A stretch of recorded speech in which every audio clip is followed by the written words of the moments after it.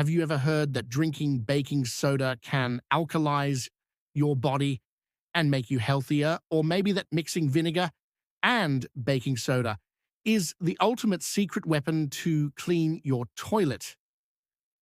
What about those detox teas claiming to cleanse your liver? Can they actually do that on a chemical level? And here's a classic one. Rainwater, is it really the purest water you can get? Oh, and get this. Some folks say you can make water explode with electricity. Sounds wild, right? But how much of this is just clever marketing, old wives' tales, or misunderstood science, and what's actually true? Today, we're diving deep into 5 chemistry myths that almost everyone has heard at some point, and we're going to find out what's fact, what's fiction, and why it matters. So, buckle up, because some of these answers might surprise you or even blow your mind. Ready to separate myth from science? Let's get started. Chapter 1, Baking Soda and Alkalizing Your Body. All right, first up, the baking soda myth. You've probably seen it in health blogs, Instagram posts, or even on late-night infomercials. The claim, drinking baking soda or sodium bicarbonate can alkalize your body, reduce acidity, and somehow make you healthier. Sounds simple enough, right? But what does it really mean to alkalize your body? And can a spoonful of baking soda really change your body's chemistry? Let's unpack this. First, what is baking soda? It's a common household chemical, sodium bicarbonate, that reacts with acids to produce carbon dioxide gas. That's why it's a popular leavening agent in baking. It causes dough to rise. But how does it work inside your body? Our bodies are incredibly good at regulating pH, the measure of acidity or alkalinity in our blood and tissues. This balance is tightly controlled by complex systems in our lungs, kidneys, and buffer molecules. When you drink baking soda, it briefly neutralizes stomach acid, which is very acidic, pH around 1.5 to 3.5. This can temporarily relieve heartburn, which is why some people use it as an antacid. But here's the catch. Your blood pH is normally around 7.35 to 7.45, slightly alkaline and very tightly regulated. Drinking baking soda doesn't change your blood pH significantly because your body works hard to keep it stable. In fact, ingesting too much baking soda can be dangerous. It can cause alkalosis, a condition where your blood becomes too alkaline, leading to symptoms like muscle twitching, nausea, or worse. So, while baking soda can neutralize stomach acid, the idea that it alkalizes your entire body and makes you healthier is an oversimplified myth. It's more complicated, and your body's internal chemistry is way smarter than a home remedy. But wait, if baking soda reacts with acids to produce gas, could that reaction be useful for cleaning? That leads us into our next chapter. Chapter 2, Vinegar and Baking Soda, the ultimate toilet cleaner. Everyone's seen the viral videos. Pour vinegar into your toilet, add baking soda, watch the fizzing, and voila, it's supposed to magically clean your toilet bowl and kill germs. But can this fizzy reaction really replace harsh chemical cleaners? And why does it fizz in the first place? Let's break down the chemistry. When baking soda, a base, and vinegar, an acid, mix, they react to form carbon dioxide gas. That's the fizz you see. The carbon dioxide bubbles help to physically dislodge some dirt or grime. But here's the catch. Once the fizzing stops, the mixture becomes mostly water with dissolved sodium acetate, which isn't a powerful cleaner. Real cleaning often involves breaking down oils, killing bacteria, or dissolving stains. Vinegar is mildly acidic, acetic acid, which can help dissolve mineral deposits like calcium buildup. Baking soda is a mild abrasive that can help scrub surfaces. So combined, they can work as a gentle cleaner for some light dirt and deposits. But can this combo disinfect your toilet? No. The fizz doesn't kill bacteria or viruses. If you want to truly sanitize, you need stronger agents like bleach or commercial disinfectants. So while vinegar and baking soda can help with some cleaning tasks, and that satisfying fizz is fun to watch, they aren't a miracle cure for a filthy toilet.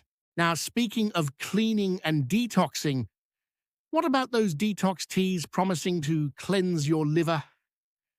Let's find out. Chapter 3, Detox Teas and Liver Cleansing. What's the chemical reality? You've probably seen detox teas claiming to cleanse your liver, flush toxins, or reset your metabolism. They often promise glowing skin, weight loss, or boosted energy. But can a tea really do that on a chemical level? How does your liver actually work? First, your liver is a biochemical powerhouse. It processes toxins, breaks down drugs, stores nutrients, and makes vital proteins. It's constantly working to keep you healthy. But here's the thing, your liver doesn't need a tea to cleanse itself. It's designed to regenerate and detoxify naturally. Detox teas often contain herbs like dandelion, milk thistle, or senna. Some of these plants do have compounds that might support liver function or act as mild diuretics or laxatives, but drinking these teas won't suddenly flush toxins out like a chemical drain cleaner.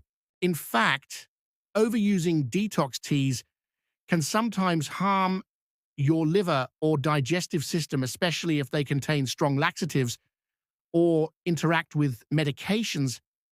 Science shows that the best way to support your liver is through a balanced diet, regular exercise, avoiding excessive alcohol, and staying hydrated, not quick fixes. So, detox teas are mostly marketing hype wrapped in herbs. But what about water? A lot of people say rainwater is pure water. Is that true? Let's get to the bottom of that. Chapter 4, Rainwater. Is it really pure? When you think about rainwater, you probably picture clean, fresh drops falling from the sky, maybe even imagining it as pure, pristine water untouched by pollution. But is rainwater really pure? Technically, rainwater starts out quite pure as it condenses from water vapor in the atmosphere, but as it falls, it picks up all kinds of things. First, rainwater is naturally slightly acidic, usually a pH around 5.6, due to dissolved carbon dioxide forming carbonic acid. That's normal and safe, but not neutral. More importantly, rain can absorb pollutants like sulfur dioxide or nitrogen oxides from vehicle exhaust and industrial emissions, which can lead to acid rain with a much lower pH, sometimes as low as 4.0 or below in polluted areas. Acid rain can harm plants, corrode buildings, and alter ecosystems. Plus, rainwater can pick up dust, bacteria, viruses, pollen, or other contaminants before it hits the ground. That means rainwater isn't always pure or safe to drink without treatment. Collecting rainwater for drinking or household use requires filtration, disinfection, and sometimes chemical adjustments to make it safe. So, the idea that rainwater is pure water is a bit of a myth. It's more complex than you might think. But before we finish, let's circle back to that wild claim about making water explode with electricity. Can it really happen? Let's find out in our final segment. Chapter 5, Can you make water explode with the electricity? This one sounds like science fiction. Make water explode with electricity. So what's the deal? Water itself isn't explosive, but it's made of hydrogen and oxygen, two gases that are highly reactive. If you pass an electric current through water, a process called electrolysis occurs, and this breaks water, H2O, into hydrogen and oxygen gases. These gases can be collected and, under the right conditions, can combust or even explode if mixed and ignited. So while you can't just zap water and watch it blow up on its own, the electricity splits the water into flammable gases, hydrogen being extremely combustible and oxygen supporting combustion. In fact, this is the principle behind hydrogen fuel cells and some rocket propellants, but you need specific conditions and equipment to safely handle and ignite these gases. So, yes, electricity can indirectly make water explosive by turning it into explosive gases, but it's not as simple as plugging in a wire and watching a big boom. So, there you have it, 5 chemistry myths unraveled. Baking soda can soothe your stomach, but won't magically alkalize your body. Vinegar and a baking soda fizz, but don't disinfect. Detox teas don't cleanse your liver like they claim. Rainwater isn't pure, it can be acidic and pick up pollutants. And while you can't just zap water to explode, electricity can break it down into explosive gases. Science is fascinating and sometimes counterintuitive, but knowing the facts helps us separate truth from myth and maybe even appreciate the real magic of chemistry.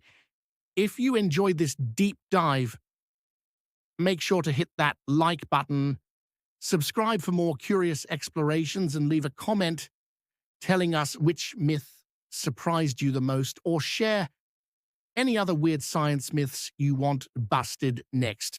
Thanks for watching, and remember, keep questioning, keep exploring, and stay curious.